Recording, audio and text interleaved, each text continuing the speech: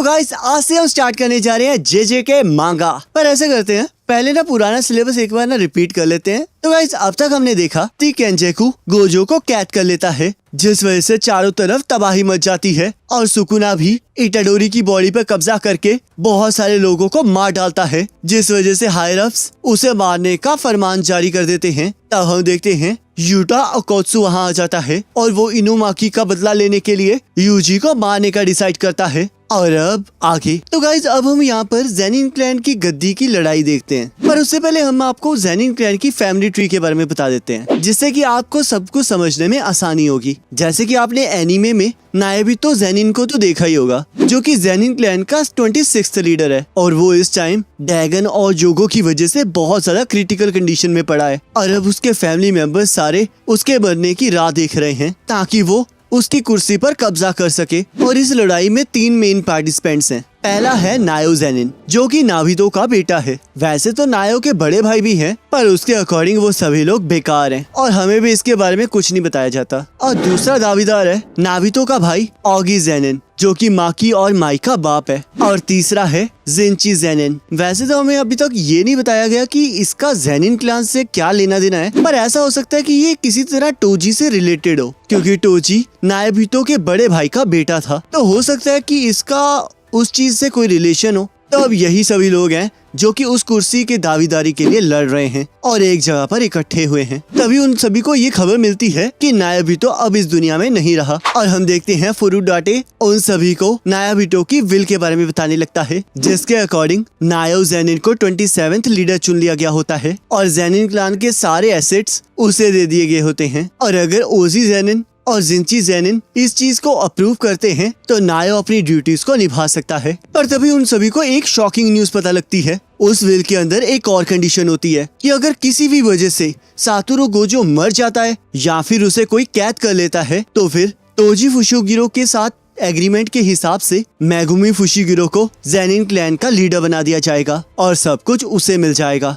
जिसे सुनकर नायो के पैरों से तो जमीन ही खिसक जाती है, क्योंकि उसे पूरा यकीन होता है कि वही लीडर बनेगा। तब वो मेगुमी के बारे में पूछने लगता है। तब एक लेडी उसे बताती है कि मेगुमी इस टाइम सुकुना की वेसल यूजी इटाडोरी को ढूंढ रहा है, जिस वजह से नोया डिसाइड करता है कि वो सुकुना की वेसल को ढूंढेगा ताकि वो मेगुमी और इटाडोरी को मार सके। तब यहाँ यूकी इटाडोरी से कहती है, माफ कर देना कि मैं पहले ये सब कुछ रोकने नहीं आई, पर मुझे तो समझ ही नहीं आया था कि आखिरकार मुझे उस टाइम करना क्या चाहिए। सिचुएशन तो इतनी ज्यादा खराब हो चुकी थी कि मुझे लगा कि मुझे सिर्फ चीजों पर नजर रखनी चाहिए। तुम्हें इस बात का एहसास तो अब तक हो ही चुका होगा कि जरूरी नहीं है कि मैं तुम्हारी साइड हूँ, क्योंकि मैं बस एक ऐसी ब्यूटीफुल लड़की हूँ जो कि इस दुनिया से कर्स स्पिरिट्स को खत्म करना चाहती है। पर अब लेट आने की माफी के तौर पर मैं और मेरे साथी उन जख्मी स्टूडेंट्स को सही सलामत एक सेफ जगह पर पहुंचा देंगे। और अब वक्त आ चुका है जब मैं टेंगन के साथ आमने सामने मिलूंगी। तो फिर तुम क्या करने वाले हो? तब यहाँ थोड़ी देर बाद यूजी स्टेयर्स पर बैठा होता है और चोसो उसकी इंजरीज के बारे में पूछने लगता है। वैसे तो मैं ठीक हूँ, पर अभी भी उस जगह पर दर्द हो रहा है जहाँ पर ब्लैक फ्लैश से हमला हुआ था, और मुझे लगता है कि ये सब कुछ सुकुना की वजह से है, क्योंकि मैं बता सकता हूँ कि इस टाइम वो ताकतवर होता जा रहा है। यूजी, तुम्हें मेरे बारे में चिंता करने की जरूरत नहीं है। मुझे इस टाइम शोशो और बाकी सभी की बॉडीज को इकट्ठा करना है, तो तुम जुजुत्सु हाई वापस जा सकते हो। मैं तुम्हारे लिए चिंतित नहीं हूँ। प्रॉब्लम तो ये है कि मैं खुद नहीं जानता कि मैं वापस जाना भी चाहता हूँ या नहीं। मुझे पूरा यकीन है कि सुकुना फुशिगिरो को लेकर कुछ प्लान कर रहा है, और ऊपर से तो मैंने बहुत सारे लोगों को मार भी दिया है। पता नहीं आगे सुकुना किन किन लोगों को मारेगा, तो इसलिए अब मैं सबके साथ नहीं रह सकता। पर क्या तुम्हारे लिए ये सब कुछ ठीक है? मैंने तुम्हारे भाइयों को मारा है, तो क्या तुम फिर भी मेरे साथ रहना चाहते हो? वो बस एक मिसअंडरस्टैंडिंग थी, और वैसे भी अगर हमारे भाई यहाँ पर होते तो वो भी यही कहते, भाइयों के बीच में माफी नहीं मांगी जाती। तो अगर ऐसी बात है तो चलो फिर इस टाइम हमें जितनी हो सके उतनी कर्स स्पिरिट्स को मारना होगा। तभी हम देखते हैं यूजी ब्रिज पर चला जाता है और वहाँ पर क्लैप करता है, जिस वजह से बहुत सारे कर्स स्पिरिट्स उसके पीछे पड़ जाते हैं। तभी यूजी भागते हुए उन्हें एक टनल के अंदर ले जाता है, जहाँ चोसो अपनी पियर्सिंग ब्लड टेक्निक से उन कर्सेस को बीच में से काट देता है। पर तभी हम देखते हैं एक कर्स उस टनल से बाहर आ जाता है, जिसे यूजी एक जोरदार मुक्का मारकर खत्म कर देता है। तब चोसो यूजी की पावर को देखकर सोचता है, जब हम लोग लड़े थे तब इसने अपनी पावर से मुझे इम्प्रेस कर दिया था और अब इसने अपनी फिजिकल स्ट्रेंथ के साथ साथ कर्स एनर्जी को भी कंट्रोल करना सीख लिया है और इस टाइम ये एक डीमन गॉड है। तुम सच में बहुत कमाल के हो छोटे भाई। क्या तुम अभी भी मुझे यही कहने वाले हो? मैं तुम्हें बार बार यही कहता रहूंगा, पर क्या तुम्हें याद नहीं है कि तुम्हारे फादर के भी सिर पर स्टिचेस थे? और तभी वहाँ पर नायो आ जाता है। मुझे मैगुमी नहीं कहीं दिखाई दे रहा। क्या वो इतना स्लो है? और आखिरकार तुम दोनों यहाँ पर क्या कर रहे हो? तुम्हें तो यहाँ से भाग जाना चाहिए इटाडोरी। आखिरकार मैं क्यों भागूंगा? क्या तुमने सुना नहीं? अब जब गोजो का सपोर्ट हट चुका है तो हायर अप्स अब तुम्हें मरा हुआ देखना चाहते हैं। वैसे तो मैं यहाँ पर मैगुमी से मिलने आया हूँ, तो इसलिए मुझे कोई फर्क नहीं पड़ता कि तुम जियो या फिर मरो, पर मैं तुम्हें इस तरह आसपास घूमते भी नहीं देख सकता, तो कम से कम मैं तुम्हारी टांग ही तोड़ देता हूँ। आखिरकार तुम्हें फुशिगुरो से क्या चाहिए? मैं उसे मरा हुआ देखना चाहता हूँ, पर उससे पहले मैं चाहता हूँ कि वो मेरे लिए कुछ चीजें लिख दे। और तब वो बहुत स्पीड से चोसो और इटाडोरी के पास पहुंच जाता है और उन पर हमला कर देता है। तब चोसो और इटाडोरी उसके हमले को रोककर दोबारा से उस पर हमला कर देते हैं, पर नायो वहाँ से हट जाता है। तब इटाडोरी सोचता है ये तो सच में बहुत फास्ट है, तो क्या ये कर्स टेक्निक है? तब नायो कहता है मानना पड़ेगा, तुम तो मेरी सोच से भी ज्यादा ताकतवर हो। मुझे ये तो समझ में आ रहा है कि ये सुकुना की वेसल है, पर आखिरकार इसके साथ कौन है? क्या मुझे अब अपनी स्पीड को बढ़ा देना चाहिए? तभी उन तीनों को एक प्रेशर फील होने लगता है और इटाडोरी सोचता है क्या ये गोजो सेंसे?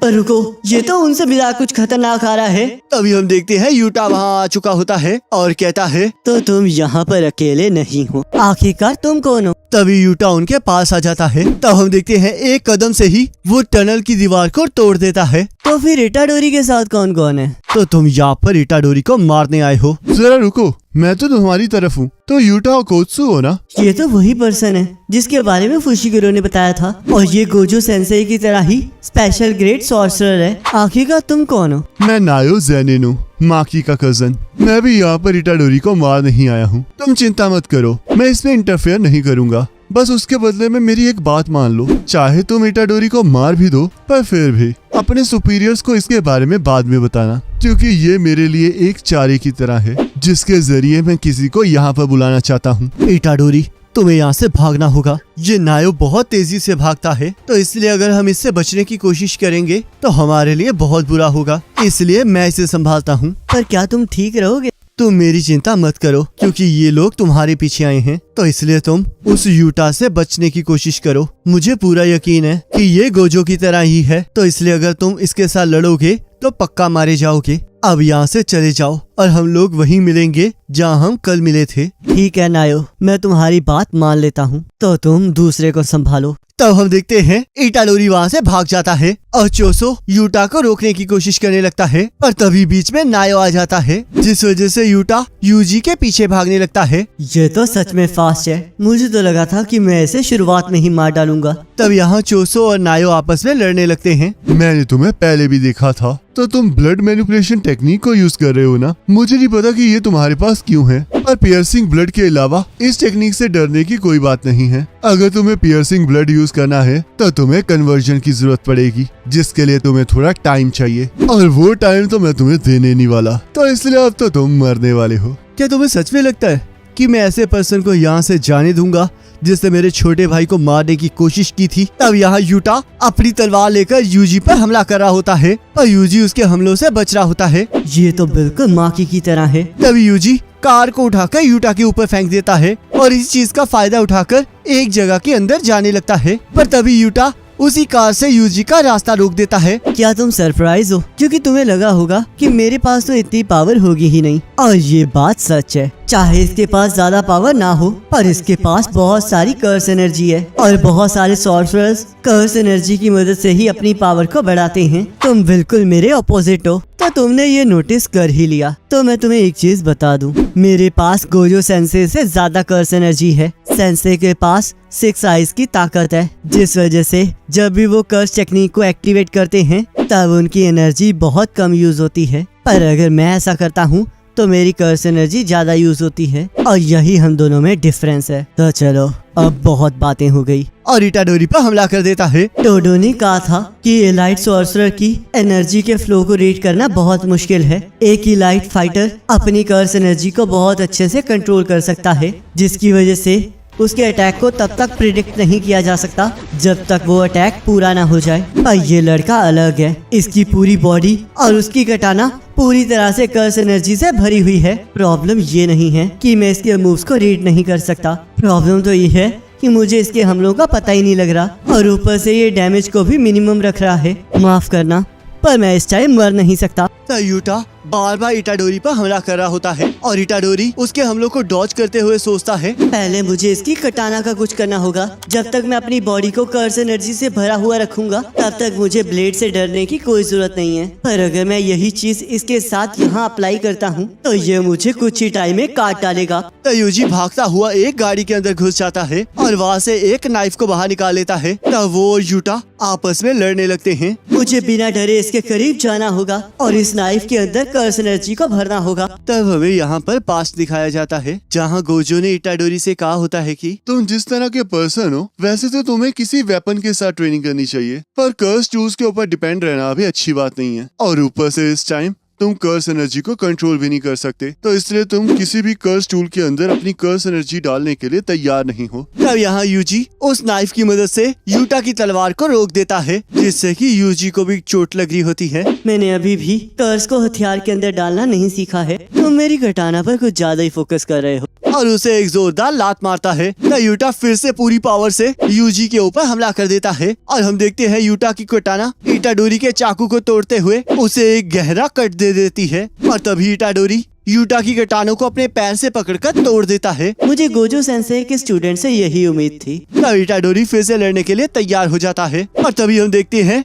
रिका उसे पकड़ लेती है। आखिरकार यहाँ पर चल क्या रहा है? रिका, हम तो बस खेल रहे हैं। आखिरकार ये क्या है? क्या ये शिकिगामी है? मैं तो यहाँ से मूव भी नहीं कर पा रहा हूँ। इसे यहाँ ऐसे ही पकड़ कर रखो रिका। और अपनी कटाना को यूजी के दिल के आर पार कर देता है। मुझे माफ कर देना इटाडोरी। तभी हम देखते हैं सुकुना को जैसे इस बात का एहसास होता है वैसे ही वो मुस्कुराने लगता है। तब यहाँ हम चोसो और नायो की लड़ाई देखते हैं जहाँ नायो चोसो को बहुत बुरी तरह धो रहा होता है। ये तो बहुत ज्यादा तेज है, मुझे तो समझ में नहीं आ रहा कि आखिरकार ये किस तरह की कर्स टेक्निक को यूज कर रहा है और ऊपर से ये तो मुझ पर हावी पड़ रहा है, तो इसलिए मुझे नहीं लगता कि ये मुझे ये बताएगा कि ये कौन सी कर्स टेक्निक यूज कर रहा है। कन्वर्जेंस को छोड़ो, मैं तो यहाँ पर अपनी बॉडी के बाहर का ब्लड भी कंट्रोल नहीं कर पा रहा। तुम तो सच में बहुत ज्यादा स्ट्रॉन्ग हो। आखिरकार तुम हो कौन? मैं 10 सिबलिंग्स में से सबसे बड़ा हूँ। ये कोई जवाब नहीं हुआ। मैं तो तुम्हारी कर्स टेक्निक और तुम्हारी टफनेस के बारे में पूछ रहा हूँ। तब नायो फिर से चोसो पर हमला कर देता है पर चोसो अपनी रेड स्केल वाली कर्स टेक्निक को यूज करने लगता है। ये तो मेरे हिसाब से एडजस्ट कर रहा है और अपनी कर्स टेक्निक को यूज करके अपनी मसल्स को और ज्यादा फ्लेक्सिबल कर रहा है। तब नायो चोसो को एक जोरदार मुक्का मारता है। तुम्हारी कर्स टेक्निक भी तुम्हारे कोई काम नहीं आएगी क्योंकि मैं हमेशा ये अजम्पशन पर वर्क करता हूँ कि तुम मेरे अटैक को रोक लोगे। और तब चोसो देखता है कि उसके पेट से खून निकलने लगता है। तो मुझे बहुत ज्यादा तंग कर रहे थे तो मुझे लगा मैं इस चाकू को यूज तो कर ही सकता हूँ। वैसे तो ब्लड मैनिपुलेशन टेक्निक के जरिए तुम्हारे लिए इस ब्लीडिंग को स्टॉप करना ज्यादा मुश्किल नहीं है, पर जब तक तुम मेरे अगेंस्ट लड़ रहे हो तब तक तुम्हें इस बात पर ध्यान देना चाहिए। वैसे तो सॉर्सरर्स का इस तरह वेपन्स के साथ घूमना बिल्कुल भी कूल नहीं है, तो मैं उम्मीद करता हूँ कि तुम इसके बारे में किसी को नहीं बताओगे। जो लोग वेपन्स लेकर घूमते हैं वो जीतने के लिए उन वेपन्स पर डिपेंडेंट हो जाते हैं और यहाँ पर ऐसे बहुत से सॉर्सरर्स हैं जो ऐसा करते हैं। जिस तरह मेरा बड़ा भाई अपने हथियार को शो ऑफ करता है वो मुझे सच में बहुत बेकार लगता है और मुझे ये देखकर तो हंसी आती है कि वो ये सब कुछ करने के बावजूद भी टोजी को लेकर कंप्लेंट करते रहते हैं। तो तुम अपने बड़े भाई से नफरत करते हो? सही कहा। वैसे भी बड़े भाई होने का क्या फायदा अगर तुम अपने छोटे भाई से कमजोर हो। उन्हें तो इस बात से शर्मा कर अपनी जान ही ले लेनी चाहिए। पर शायद ये भी हो सकता है कि आज तुम जो कुछ भी हो वो उन्हीं की वजह से हो, चाहे बड़े भाई छोटे भाई से कमजोर हो या फिर ताकतवर, पर वो फिर भी अपने छोटों के लिए रोल मॉडल्स ही रहते हैं। जब एक बड़ा भाई गलत रास्ता चुनता है तब वो अपने छोटे भाइयों को उस रास्ते को अवॉइड करने के लिए कहता है और अगर वो सही रास्ता चुनता है तो वो अपने छोटे भाइयों को उसी रास्ते पर चलने के लिए कहता है। शायद तुम इस टाइम इतने ज्यादा ताकतवर इसलिए हो क्योंकि तुम्हारा बड़ा भाई कमजोर है। तुमने पूछा था ना कि मैं इतना ज्यादा टफ क्यों हूँ, वो इसलिए क्योंकि मुझे गाइड करने वाला कोई नहीं था, तो इसलिए मैंने खुद ही अपनी गलतियों को सुधारा है। और वैसे भी चाहे जो मर्जी हो जाए मुझे हमेशा अपने छोटे भाइयों को सही रास्ता दिखाने के लिए उनसे आगे रहना होगा, तो इसलिए मैं इतना ज्यादा स्ट्रॉन्ग हूँ। तचोसो अपनी टेक्निक से अपने अपने ब्लड को मैनिपुलेट करने लगता है। आखिरकार ये क्या कर रहा है और आखिरकार ये इतना सारा खून निकलने के बावजूद भी जिंदा कैसे है। तब हमें बताया जाता है कि डेथ पेंटिंग्स के अंदर कर्स स्पिरिट और ह्यूमंस का मिक्स्ड ब्लड होता है, तो इसलिए वो कर्स एनर्जी को ब्लड में कन्वर्ट कर सकते हैं, जिसका मतलब जब तक उनके पास कर्स एनर्जी रहेगी तब तक वो ब्लड लॉस से नहीं मरेंगे। तब हम देखते हैं चोसो के ब्लड की वजह से नायो उसे देख नहीं पा रहा होता।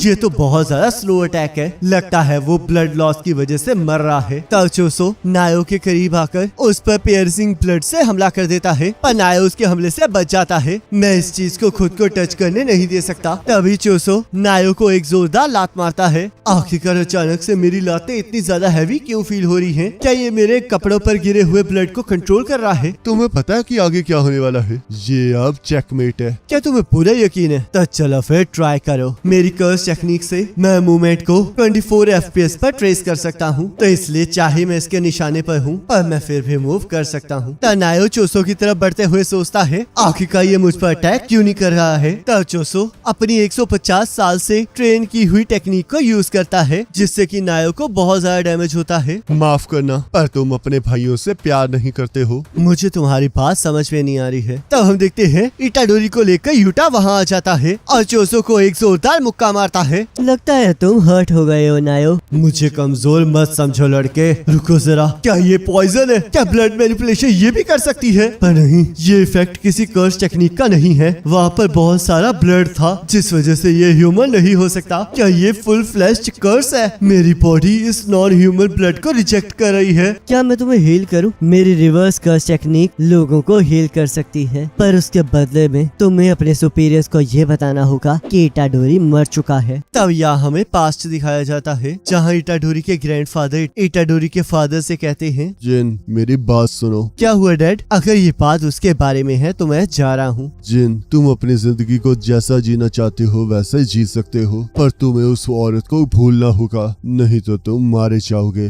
इटाडोरी के सामने ये बातें मत कीजिए फादर। लोगों का कहना है कि हम जितना सोचते हैं बच्चों को उससे ज्यादा याद रहता है। मुझे पता है कि तुम्हें बच्चा चाहिए था, पर ये कायोरी के साथ नहीं हुआ है क्योंकि उसकी मौत पहले ही हो चुकी थी। तो इटाडोरी की माँ कहती है, फादर इन लॉ, आखिरकार आप ये क्या कह रहे हैं? तो यहाँ अचानक से इटाडोरी को होश आ जाता है और वो यूटा को देखकर डरने लगता है। शुक्र है तुम ठीक हो। मेरे हिसाब से सितंबर में गोजो सेंसे मेरे पास आए थे और उन्होंने कहा था कि मुझे तुम्हारा ख्याल रखना होगा, तो इसलिए मुझे ये एक्टिंग करनी पड़ी। उन्हें शक था कि उनके साथ कुछ बुरा होने वाला है, तो इसलिए उन्होंने मुझे फर्स्ट ईयर और सेकंड ईयर के स्टूडेंट्स पर ध्यान रखने के लिए कहा था, और सबसे ज्यादा उन्होंने तुम्हारा ख्याल रखने के लिए कहा था, क्योंकि तुम्हें भी मेरी तरह हायर अप्स मारना चाहते हैं। तो इसलिए मैंने ये सारा प्लान बनाया ताकि मैं तुम्हें बचा सकूं, पर हायर अप्स बेवकूफ नहीं हैं, तो इसलिए मुझे अगर तुम्हें मारने वाला मिशन लेना था तो मुझे तुम्हें मारने का वादा करना पड़ा, तो इसलिए मुझे माफ कर देना कि मैंने तुम्हें मार दिया था। अगर ऐसी बात है तो मैं आखिरकार जिंदा कैसे हूँ? क्योंकि जब तुम्हारा दिल रुक गया था तब मैंने रिवर्स कर्स टेक्निक से तुम्हें हील कर दिया, और मुझे लगा कि जितना मैं तुम्हें जानता हूँ उस हिसाब से तो ये तुम पर जरूर वर्क करना चाहिए। ये दूसरी बार है जब तुम्हारी मौत का खेल रचा गया है, और जिस तरह के हालात अभी हैं उन्हें बहुत जल्दी पता चल जाएगा कि तुम जिंदा हो, पर फिलहाल के लिए तुम्हारा मरना कंफर्म हो चुका है। आखिरकार तुम ये सब कुछ क्यों कर रहे हो? क्योंकि तुम उन लोगों के लिए इम्पोर्टेंट हो जो मेरे लिए इम्पोर्टेंट है। मेरे पास भी कभी ऐसी पावर थी जिसे मैं कंट्रोल नहीं कर पाता था, और मुझे लगा था कि वो मुझे जबरदस्ती मिली है, पर उससे मैंने खुद चूज किया था। पर तुम्हारा केस ऐसा नहीं है। तुम्हारे पास जो पावर है वो तुम्हारी अपनी नहीं है, तो इसलिए तुम्हें किसी भी चीज के लिए ब्लेम नहीं करना चाहिए। तुम समझ नहीं रहे हो, इसमें चाहे मेरी गलती हो या ना हो, पर मैंने वो सब कुछ किया है। इटाडोरी, आखिरकार तुम यहाँ पर कर क्या रहे हो? चलो जुजुत्सु हाई वापस चले। स्कूल के अराउंड जो बैरियर है वो कमजोर हो रहा है, और जब तक कोई तुम्हारे फेस को नहीं देखेगा तब तक किसी को भी पता नहीं चलेगा कि तुम वहाँ हो। तो चलो फिर पुराने स्टूडेंट्स के साथ दोबारा मिलते हैं। रुको जरा, इस तरह एक्ट मत करो जैसे कुछ ना हुआ हो। इसने मुझसे कहा था कि ये मरना नहीं चाहता है, पर इसे तो खुद ही यकीन नहीं है कि ये जिंदा रहना डिजर्व करता भी भी है या नहीं, तो शायद इसीलिए ये मेरे साथ पूरी ताकत से नहीं लड़ा था। मैंने बहुत सारे लोगों को मारा है, पर वो सारी गलती हम सभी की थी, तो इसलिए सेल्फिश मत बनो और अकेले रहना छोड़ दो। हम लोग वो हीरोज नहीं हैं जो कि जस्टिस के लिए लड़ते हैं, हम बस जुजुत्सु सॉर्सरर्स हैं। कोई भी हमें पूरी तरह जज नहीं कर सकता, तो इसलिए हमें इस बात का हमेशा प्रूफ देना होगा कि हमारा जिंदा रहना क्यों जरूरी है। और वैसे भी हमारे पास खुद के बारे में सोचने का टाइम नहीं है, क्योंकि हमें लोगों को बचाना है। और मुझे लगता है तुम इसी वजह से हमसे दूर रह रहे थे। फुशिगुरो, तुम समझ नहीं रहे हो, जब तक मैं तुम्हारे आसपास रहूंगा तब तक तुम सफर करोगे। तो फिर मुझे बचाओ इटाडोरी। केंजाकू ने जुजुत्सु के लोगों को कलिंग गेम में एक दूसरे के साथ लड़ाने का प्लान बनाया है, और मेरी बहन सुमिकी भी उस चीज में फंस गई है। तो इसलिए मैं तुमसे रिक्वेस्ट कर रहा हूँ इटाडोरी, मुझे तुम्हारी स्ट्रेंथ की जरूरत है। तो गाइस, इसके बाद कलिंग गेम आर्क स्टार्ट होने वाली है, और ये सारा प्लान केंजाकू का है,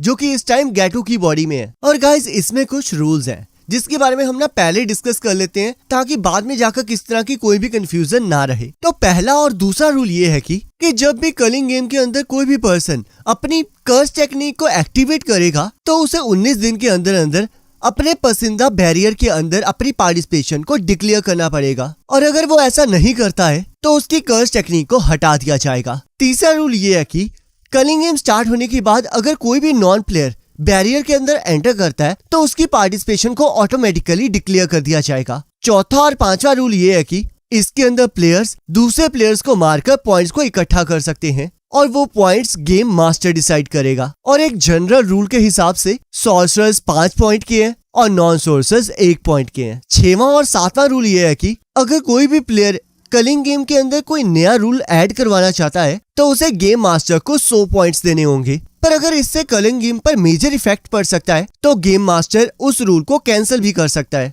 8वां और आखिरी रूल ये है कि अगर किसी भी प्लेयर के पॉइंट्स 19 दिनों तक बिल्कुल सेम रहते हैं, तो उसकी कर्स टेक्निक को रिमूव कर दिया जाएगा। तो इटाडोरी को अपने ग्रैंडपा के आखिरी शब्द याद आते हैं। यूटा सुकुना फुशिगुरु को लेकर कोई प्लान कर रहा है। वो शिफुआ में मुझ पर इसलिए कंट्रोल ले पाया था क्योंकि मैंने इकट्ठे 10 फिंगर्स को खा लिया था, और अब मेरे अंदर 15 फिंगर्स हैं। पर अगर मैं बाकी बची 5 फिंगर्स को एक ही बारी में खा लूंगा, तो मुझे नहीं लगता कि वो मुझ पर कंट्रोल कर पाएगा। पर अगर मैं दोबारा से सुकुना में कभी भी कन्वर्ट हो गया, तो मुझे मारने से पहले हिचकिचाना मत, क्योंकि मुझे पूरा यकीन है कि तुम ऐसा कर सकते हो। ठीक है, मैं वो सब कुछ करूंगा जो मैं कर सकता हूँ। तो बताओ फुशिगुरु, अब मुझे क्या करना है? हम पहले जुजुत्सु हाई वापस जाएंगे और मास्टर टेंगन के साथ कांटेक्ट करेंगे। हमें ये भी पता लगाना होगा कि प्रिजन रेल्म की सील को कैसे हटाना है, और ये भी पता लगाना होगा कि केंजाकू को क्या चाहिए और वो प्लान क्या कर रहा है। ये कलिंग गेम जुजुत्सु का आतंकवाद है जो कि किसी ने भी नहीं देखा है। तो इसलिए अगर हमें ये सब कुछ ठीक करना है, तो हमें हमारे सभी सवालों के जवाब चाहिए, और मुझे लगता है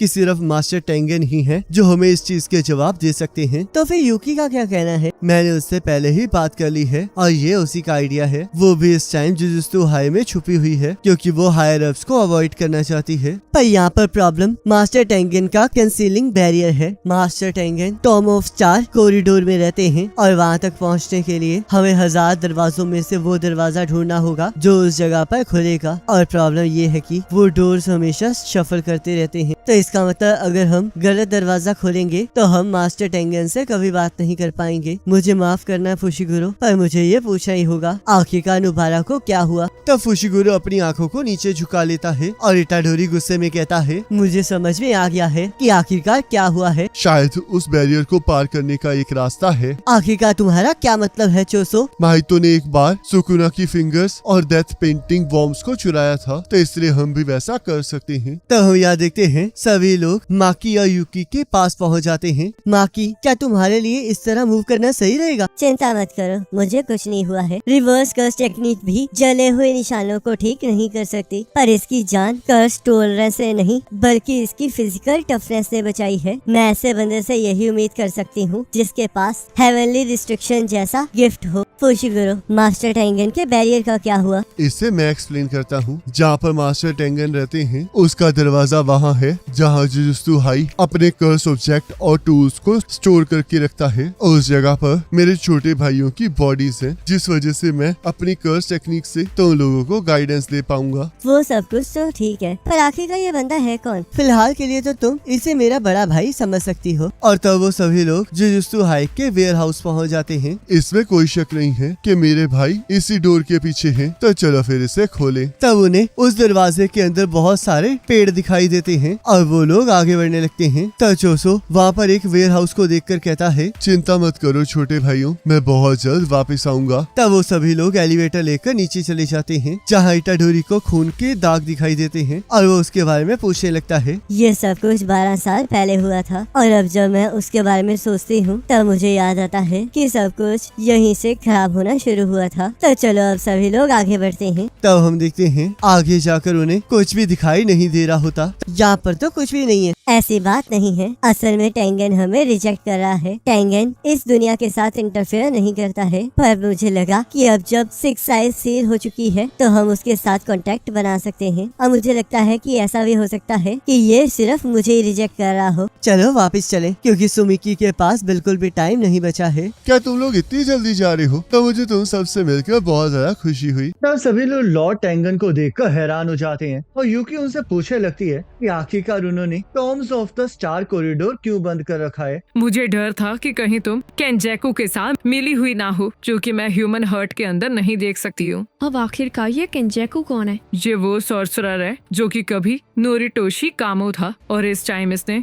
गैटो की बॉडी के ऊपर कब्जा कर रखा है। तो यूकी को कुछ समझ नहीं आ रहा होता और इटाडोरी इतनी इम्पोर्टेंट डिस्कशन को छोड़ के लॉर्ड टेंगन से पूछने लगता है कि आखिरकार वो वैसे क्यों दिख रही हैं, जिस वजह से फुशिगुरो भी हैरान होता है। मैं चाहे इमोर्टल हूँ पर मेरी एज बढ़ती जा रही है, जिस वजह से 500 साल बाद तुम भी ऐसे ही दिखोगे। 12 साल पहले मैं स्टार प्लाज्मा वेसल के साथ मर्ज नहीं हो पाई थी, जिस वजह से मेरी एजिंग फास्ट हो गई और एक इंडिविजुअल के तौर पर मेरी अवेयरनेस गायब हो गई और इसी वजह से मैं दुनिया के साथ मिक्स हो गई हूँ। तो फुशिगुरो लॉर्ड टेंगन से केंजेकू के ऑब्जेक्टिव्स और प्रिजन रेल्म को खोलने के बारे में पूछने लगता है, जिसके लिए लॉर्ड टेंगन बताने के लिए मान जाती हैं, पर उनकी एक कंडीशन होती है और वो चाह रही होती हैं कि यूटा, यूकी और चोसो में से कोई 2 उनके गार्ड बन के वहाँ पर रहें। जिस वजह से यूटा पूछने लगता है कि आखिरकार इमोर्टल होके उन्हें गार्ड्स की क्या जरूरत है और यूकी भी ये कहने लगती है कि जब तक वो उन्हें ये नहीं बताएंगी कि वहाँ पर चल क्या रहा है तब तक वो भी कोई जवाब नहीं दे सकते। ऐसी बात है तो फिर मुझे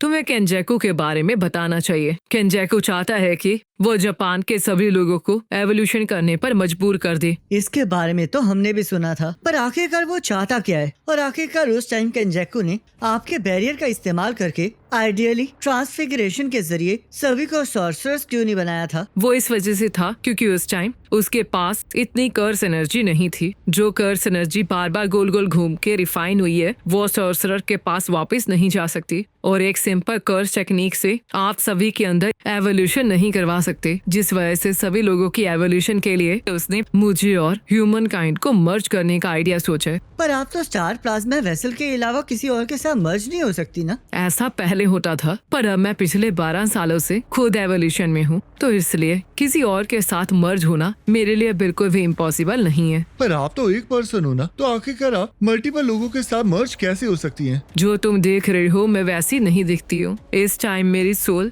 इवॉल्व हो चुकी है और चारों तरफ एग्जिस्ट कर रही है, जिस वजह से मैंने तुम्हें कहा था कि मैं दुनिया के साथ एक हो चुकी हूँ। जो ह्यूमन मेरे साथ मर्ज होके ट्रांसफॉर्म होगा वो सॉर्सरर से भी ग्रेटर बनेगा और वो एक ऐसा न्यू बीइंग होगा जो कि वहाँ पर एग्जिस्ट भी करेगा और नहीं भी करेगा। मेरे पास बैरियर टेक्निक्स हैं जिस वजह से मैं सेल्फ कंट्रोल के जरिए इस फॉर्म को मेंटेन कर पा रही हूँ। पर अगर ह्यूमन काइंड इवॉल्व हुई और उसमें से एक भी पर्सन काबू से बाहर हो गया तो ये दुनिया खत्म हो जाएगी, क्योंकि लोगों के बीच में कोई बाउंड्रीज नहीं बचेंगी और एक के अंदर की बुराई बहुत जल्द बाकियों के अंदर फैलती जाएगी, जिस वजह से सभी लोग बुरे बन जाएंगे और पूरी दुनिया में वही होगा जो कि अभी टोक्यो में हुआ है। तो इटाडोरी लॉर्ड टेंगन से पूछने लगता है कि आखिरकार केंजाकू ये सब कुछ कर क्यों रहा है, पर लॉर्ड टेंगन को इसके बारे में खुद कुछ पता नहीं होता क्योंकि वो ह्यूमन हर्ट को रीड नहीं कर सकती। तो माकी उन्हें कहने लगती है कि उन्हें मर्ज करने से रिफ्यूज कर देना चाहिए, जिस वजह से लॉर्ड टेंगन उसे बताती हैं कि इस टाइम वो इवॉल्व होके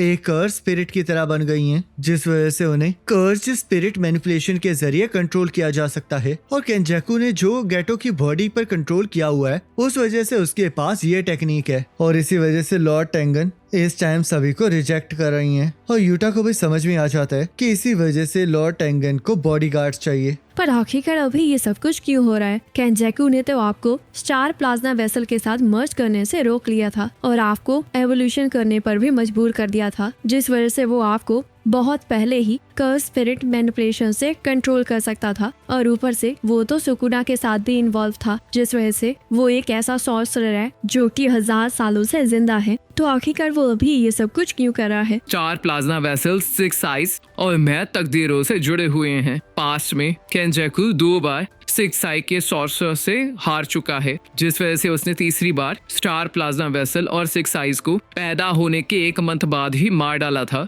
पर मर्जिंग वाले दिन 6 साइज और स्टार प्लाज्मा वेसल फिर से पैदा हो गए, जिस वजह से केंजाकू ने ये डिसाइड किया कि वो 6 साइज को मारने की बजाय उसे सील कर देगा, जिस वजह से उसने प्रिजन रैम्प को ढूंढना स्टार्ट कर दिया। और ये इस वजह से था क्योंकि एक टाइम पर 2 6 साइज वाले यूजर पैदा नहीं हो सकते। पर तब 12 साल पहले कुछ अनएक्सपेक्टेड हुआ क्योंकि टोजी जेनिन ने इसमें इंटरफेयर कर दिया था। उससे हेवनली रिस्ट्रिक्शन की वजह से बहुत ताकतवर फिजिकल बॉडी मिली थी, और ऊपर से वो एक लौता ऐसा पर्सन था जो कि कर्स एनर्जी से बहुत दूर था। एक ह्यूमन के तौर पर वो अपनी तकदीर से बच चुका था और पावर ऑफ रिस्ट्रिक्शन के जरिए उसने हमें भी हमारी तकदीरों से फ्री कर दिया। और उसके बाद एक ऐसा लड़का आया जिसके पास कर्ज मैनिपुलेशन टेक्निक थी, तब सारे पीसेस आपस में जुड़ने लगे। पर प्रिजन रैन अभी भी केंजाकू के हाथ नहीं लगा था और 6 साल बाद उसे वो भी मिल गया। अगर अब सब कुछ ठीक है तो आखिरकार ये कलिंग गेम क्यों हो रही है? ये इस वजह से है ताकि बॉडी को मर्जिंग से पहले तोड़ा जा सके।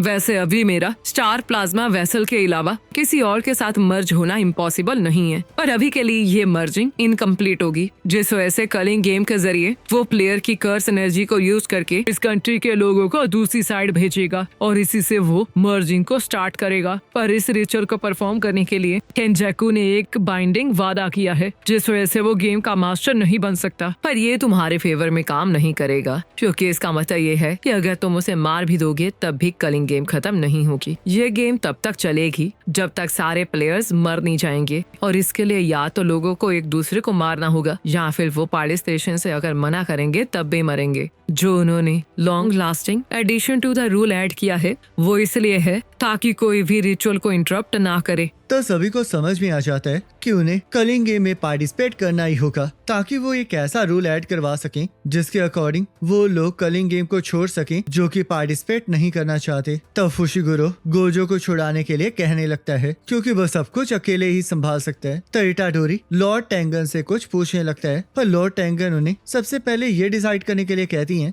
कि वहाँ पर उनके गार्ड्स के तौर पर कौन रुकेगा, जिस वजह से हम देखते हैं युकी और चोसो इसके लिए हामी भर देते हैं। तब हम देखते हैं चोसो ने ये सब कुछ इसलिए किया होता है क्योंकि उसे पता होता है कि इटाडोरी को यूटा की जरूरत पड़ेगी और अगर किसी तरह केंजाकू वहाँ पर भी आ जाता है तो वो अपने भाइयों का बदला लेने के लिए उसे मार सकता है। और युकी ने वहाँ पर रुकना इसलिए डिसाइड किया होता है क्योंकि उसे लॉर्ड टेंगन से अभी भी बहुत सी बात करनी होती है। तो लॉर्ड टेंगन उनके डिसीजन को मान लेती हैं और उन्हें प्रिजन रैम का पिछला हिस्सा दे देती हैं जिससे कि वो गोजो को छुड़वा सकते हैं। तो किसी को भी इसके बारे में कुछ पता नहीं होता और इटाडोरी उनसे पूछने लगता है कि ये किसी तरह के बैक गेट की तरह है। तुम बिल्कुल सही समझ रहे हो। केंजाकू के प्रिजन रैम को ढूंढने से पहले प्रिजन रैम मेरे बैरियर से बाहर था और मैंने इस बैक गेट को सील कर दिया था ताकि मैं फ्रंट गेट के एग्जिस्टेंस को छुपा सकूं, पर इसका कोई फायदा नहीं हुआ और गोजो भी इसी बैक गेट में कैद है। पर हम इसे खोल नहीं सकते क्योंकि इसे खोलने की अथॉरिटी केंजाकू के पास ही है और वो इस वजह से क्योंकि उसके पास इसका फ्रंट गेट है। और अगर हमें इसे तोड़ना है तो हमें इसके लिए या तो इन्वर्टेड सफियर ऑफ हेवन चाहिए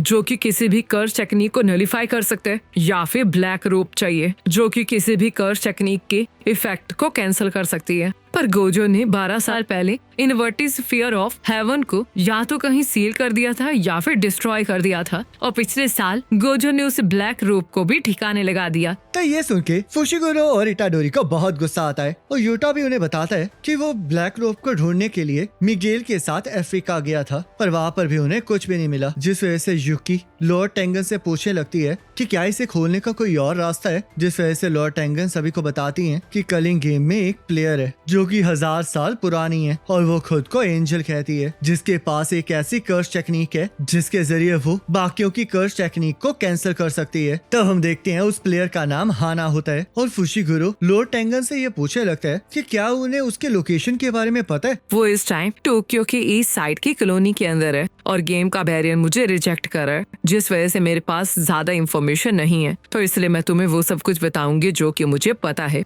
इस टाइम जापान के अराउंड 10 कॉलोनीज हैं और वो सारी बैरियर के साथ कनेक्टेड है, जो कि एक लाइन बनाती हैं जिससे कि जापान के ह्यूमंस दूसरी साइड जा सकते हैं। तो इटाडोरी इसके बारे में सोचने लगता है और यूकी लॉर्ड टेंगन से पूछने लगती है कि क्या जुजुत्सु सोसाइटी बैरियर की वजह से होकाडो को इंक्लूड नहीं किया गया है, जिस पे लॉर्ड टेंगन हाँ कहती हैं। तो चोसो पूछने लगता है कि इस रिचुअल को पूरा करने में कितना टाइम लगेगा, जिस वजह से लॉर्ड टेंगन उसे बताती हैं कि ये तो गेम पर डिपेंड करता है, पर उनके हिसाब से 2 मंथ काफी होंगे। तो यूटा और माकी ये बात करने लगते हैं कि 31 तारीख को प्लेयर्स की कर्स एनर्जी एक्टिवेट हुई थी और अब 9 नवंबर हो चुका है, जिस वजह से फुशिगुरो को पहले रूल के अकॉर्डिंग समझ में आ जाता है कि स्मोकी के लिए अपनी पार्टिसिपेशन डिक्लेयर करने के लिए सिर्फ 10 दिन और 15 घंटे ही बाकी हैं। तब फुशिगुरो लॉर्ड टेंगन से पूछने लगता है कि क्या जो पार्टिसिपेट करने से मना करेगा वो मारा जाएगा, जिस वजह से लॉर्ड टेंगन इसके लिए हाँ कहती हैं। और दूसरे रूल में जो कर्स टेक्निक रिमूवल बताया गया होता है उसके बारे में शोको ने पहले ही माकी को समझाया होता है। कर्स टेक्निक रिमूवल वाला रूल उन्हीं पर अप्लाई होता है ना जो सोर्सरर्स ज्वाइन करेंगे, और मुझे लगता है कि जो रिमूवल है वो आइडियल ट्रांसफिगरेशन के जरिए अचीव नहीं किया जा सकता, जिसका मतलब यही है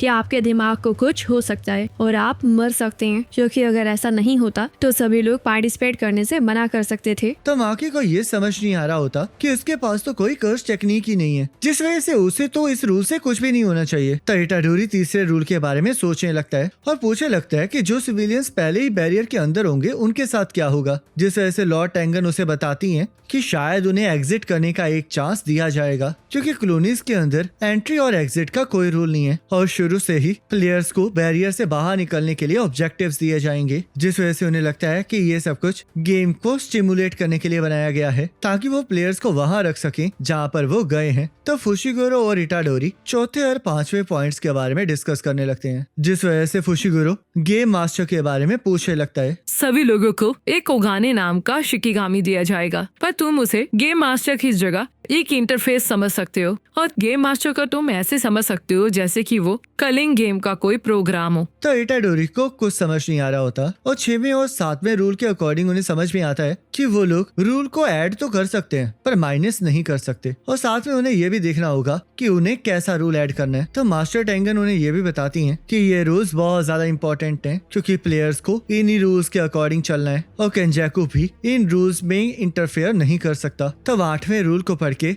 इटाडोरी को समझ में आ जाता है कि उसे फिर से लोगों को मारना होगा, पर फुशिगुरो उसे बताता है कि उसके पास कुछ आइडियाज हैं। तो अब हमारे पास इंफॉर्मेशन आ चुकी है, जिस वजह से अब हमें अपना अपना रोल प्ले करना होगा। यूकी और चोसो, तुम लोग लॉर्ड टेंगन को यहाँ पर प्रोटेक्ट करोगे और मैं जेनिन क्लैन वापस जाके कर्स टूल्स को कलेक्ट करूंगी, क्योंकि गोजो के सील होते ही कामो और जेनिन क्लैन ने Jujutsu high cursed warehouse को क्लीन कर दिया है। पर अब जब फुशिगुरो जेनिन क्लैन का लीडर बन गया है तो मुझे कर्स टूल्स को रिट्रीव करने में कोई मुश्किल नहीं आएगी। तो इटाडोरी ये सुन के बहुत ज्यादा हैरान हो जाता है कि फुशिगुरो जेनिन क्लैन का लीडर बन गया है। तब माकी लॉर्ड टेंगन से जुजो कुमिया वर्कशॉप के बारे में पूछने लगती है और ये डिसाइड करती है कि वो इसके बाद पांडा को ढूंढकर आगे बढ़ेगी। तो वो यूटा से पूछने लगती है कि आखिरकार वो क्या करेगा। तो यूटा उन्हें बताता है कि वो सीधा कॉलोनी में जाएगा ताकि वो कुछ इंफॉर्मेशन को इकट्ठा कर सके और वो आसपास की कॉलोनीज को अवॉइड करेगा ताकि वो लोग एक दूसरे को मार ना दे और वो लोग एक दूसरे के साथ कांटेक्ट बना के रखेंगे।